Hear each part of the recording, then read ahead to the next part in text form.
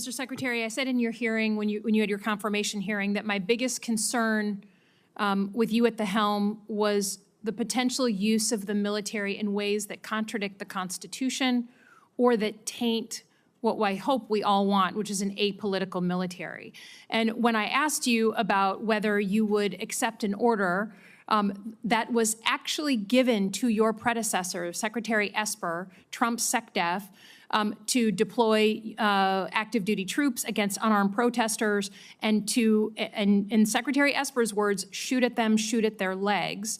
You said this was all theoretical. Here we are, a few months later, you've deployed 4,700 troops to Los Angeles and against the wishes of the governor. And my colleague across the aisle was right. It is the first time since 1965 that we have deployed Guard troops without the permission of the governor. In all the instances he laid out, the president had sent in the military to protect protesters, not against the protesters. So you may dismiss it, but I feel like this is a fundamental issue of American democracy. If you love your country and you want an apolitical military, then it should be the last resort, not the first resort in our country to use them. So to get to the non-theoretical, have you authorized the uniformed military to detain or arrest protesters in Los Angeles? Senator, I would just start by saying you're not a protester if you're throwing concrete 100%. at law Arrest those people, officers. Throw them in the jail, 100%.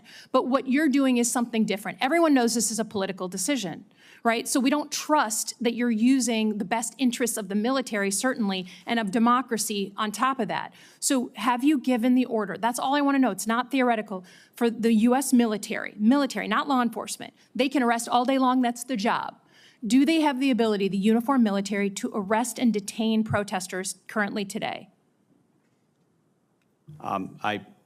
It's a yes or no thing, authority. It's sort of amusing the extent to which the speculation is out there. These troops are given very clear orders. Then what is the order? Then list it out for us. Be a man, list it out. Did you authorize them to detain or arrest? That is a fundamental issue of democracy. I'm not trying to be a snot here. I'm just trying to get the actual, did you authorize them to do that? All of these orders and what they're sent there to do are public.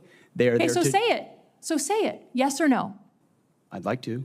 Please, yes or no? As I've said time and time again through interruption, they're there to protect law enforcement, do they have ICE the ability officers to arrest? who are trying to do their job, deporting illegals who were allowed in by the previous administration. So they cannot arrest and detain citizens of the United States, the uniformed military. As we've stated, if necessary, in their own self-defense, they could temporarily detain and hand over to ICE, but there's no arresting going on. And you know this better than you're trying to play political games. There's no arresting of U.S. personnel. Of the U.S. military against members of the protest. Have you authorized U.S. military cyber tools to investigate people participating in these protests? Yes or no?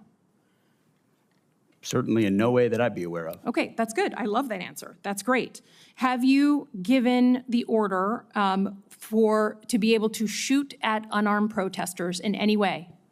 I'm just asking the question. Don't laugh. Like the whole country. And by the way, my colleagues across the aisle. What is that based on? What evidence would you have that an order like that has ever been given? Giving that order to your predecessor, to a Republican Secretary of Defense, who I give a lot of credit to because he didn't accept the order. He had more guts and balls than you because he said, I'm not going to send in the uniformed military to do something that I know in my gut isn't right. He was asked to shoot at their legs. He wrote that in his book. That's not hearsay. So your poo-pooing of this, it just shows you don't understand who we are as a country, who we are. And all of my colleagues across the aisle, especially the ones that served, should want an apolitical military and not want citizens to be scared of their own military. I love the military. I served alongside my whole life, so I'm worried about you tainting it. Have you given the order? Have you given the order that they can use lethal force against honor? I want the answer to be no. Please tell me it's no. Have you given the order? Senator, I'd be careful what you read in books and believing it, except for the Bible. Oh, my God. So your former predecessor, I guess that's not enough for you. Okay, on Iran. I don't think there's a debate. There's like a cat fight going on in your own party about whether to go after Iran. Have you commissioned any day after planning? So any force protection, any use of ground troops in Iran, any cost assessments? Because I don't think we doubt what we can do as a country in the attack. It's the day after with Iraq and Afghanistan that so many of us have learned to be so deeply concerned about. Have you authorized day after planning? As I've said, we have plans for everything, Senator. Okay. In response to my colleague from Oklahoma, I believe the Secretary of Defense has just responded last week and admitted that the $1 billion mission that he led against the Houthis, who do not have a Navy, has not restored the transit of U.S. flag commercial vessels through the Red Sea, and in fact has resulted in the loss of 2 F-18 Hornets to the tune of $60 million apiece, as well as, I believe the last count was 7 Reaper drones to the tune of another $200 million. You are blowing through money like my fellow cadets and I did in our first Liberty after basic camp. Luckily, I didn't end up with a questionable tattoo. Your failures, Mr. Secretary, since you've taken office has been staggering. You sent classified operational information over Signal to chest thump in front of your wife, who, by the way, has no security clearance, risking service member lives in the process. You blew the $1 billion fight against the Houthis, whom, again, as my colleague says, has no Navy, and yet you lost all of those aircraft. You've created such a hostile command environment that no one wants to serve as your chief of staff or work with you in other senior DoD leadership roles. But what we should all be talking about more than all of this is that you have an unjustified, un-American misuse of the military in American cities, pulling resources and attention away from core missions to the detriment of the country, the war fighters, and yes, the war fighting that you claim to love. I don't know if this is because you are too inexperienced and incompetent to understand the real threats facing our country, or if it's because you are just an unqualified yes man who can't tell the president how to keep Americans safe. You are focusing on renaming basis for Confederate generals. You said just now to Senator King that to a man and to a woman, we would rather be associated with the old Confederate names. Well, I am one of those women. I served at Fort Rucker, Alabama, a base that was named for a traitor who took arms against the United States of America, led troops who killed Americans. It was renamed for Mike Novosel, a Medal of Honor recipient, who in his citation for the Medal of Honor includes that he saved 29 American lives, to include hovering backwards in a helicopter towards an enemy bunker where a wounded American was laying and saved that person, including after being taken fire himself. I know a little something about what it takes to fly a helicopter when you've been hit by enemy fire. That was heroic. I'd rather be associated with Mike Novosel than a failed Confederate traitor. I don't know whether you are inexperienced or too incompetent, but I wonder when you will actually focus on our nation's warfighting mission. We know that California is just a deliberate, systematic, political, and dangerous campaign led by you. We should not be using our military to play cops against Americans. General Kane, as chairman, a key part of your job is to coordinate military planning across the joint force.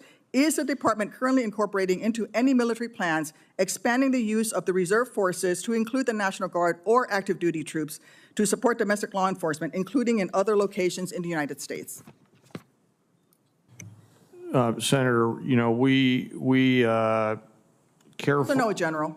Well, it's not really a yes or no question, Madam Senator. We plan all kinds of different things. I think it is a yes or no question. I'm not aware of anything, but the reason why I'm answering is the tags may be looking at something that I'm not aware of. What are you doing at your level? You're not aware of that happening at your level? Because we know that on his first day, President Trump directed U.S. Northern Command to revise its unified command plan to add new planning requirements to combat, and I quote, criminal activities. A series of follow-up executive orders continue to redirect DOD priorities to supporting domestic law enforcement, including one in April that tells DOD, and I quote, use national security assets for law and order. In other words, do law enforcement's job. I'd like to enter these executive orders into the record, Mr. Chairman. Is there objection? Without objection, so ordered. Secretary Hegseth, you say you are focused on warfighting and warriors. These are your words. Yet you are diverting untold DOD resources and attention to a fundamentally non-military mission of domestic policing. Across the country, we have qualified police officers who are trained for that mission. They know those streets better than the Marines you deploy to Los Angeles, who normally focus on the Indo-Pacific. And you recently approved 700 more troops in 3 other states to do admin and logistics works for ICE. You say all of this is valuable training, but I would much rather have our troops do tough, realistic training relevant to high-end combat. Instead of typing in spreadsheets for ICE, they should be conducting live fire maneuver exercises. Instead of patrolling American neighborhoods and standing in front of federal buildings, they should be rehearsing call for fire missions. We have local police who can stand in front of those federal buildings. And the list of distractions goes on. You are encouraging the DoD workforce to go work for DHS in increasing numbers. You're pulling the military away from facing foreign enemies who literally say things like death to America. And you're putting troops with weapons aimed at Americans. Mr. Secretary, let the military get back to its real job. Stop forcing them to do DHSs. And if you want to be DHS Secretary, maybe you can apply for that job when you're fired from this one due to your incompetence. About 4,000 National Guard troops and 700 Marines have been sent to LA. Is there a number of troops deployed to American cities over the objections of governors and mayors at which you would be concerned that we are undermining our national defense? Senator, we've spent 2 decades guarding other people's borders. We think at the Defense Department it's about time we shore up ours. So that's my question. Is there a number at which sending those troops to Los Angeles or Chicago or New York starts to undermine our ability to defend ourselves around the globe? Is there a number? Senator, we look at capabilities and readiness around the globe all the time, and we're quite satisfied with our capabilities to defend the homeland, and we'll provide more if and when it's necessary. So you are satisfied with our capabilities. Let me just ask, have you actually done the analysis and figured out how many troops you can deploy domestically before you start to undermine readiness around the world? Have you done that analysis? Yes, ma'am. Then would you let the rest of us in on it? We are the Senate Armed Services Committee, and you're here to ask for $1 trillion. What's the number? We've got contingencies and plans for any number of capabilities should governors be unable, as Gavin Newsom has been, to actually secure his own federal agents in their cities. How many troops can you deploy domestically before you start to cut into our readiness internationally? As I said, previous administrations deployed our National Guard all around the globe in numbers far beyond what we were capable of supporting. So limited contingencies inside the United States to protect federal law enforcement is doable. If the Supreme Court orders you to remove troops from American city streets, will you do so? Can you repeat the question, please? Yes. If the Supreme Court orders you to remove troops from American cities, will you do so? As I've said, Senator, I don't believe district courts should determine national security policy, but if the Supreme Court rules on a topic, we will abide by that. Okay. You know, during her press conference last week, Secretary Noem said, "We are staying here to liberate the city from its mayor and its governor, people who were elected by a majority of voters." Secretary Hegseth is saying he is ready to deploy more troops and won't tell us what the implications are for our national defense. This is un-American, and it makes us unsafe. I wish our Republican colleagues would speak up.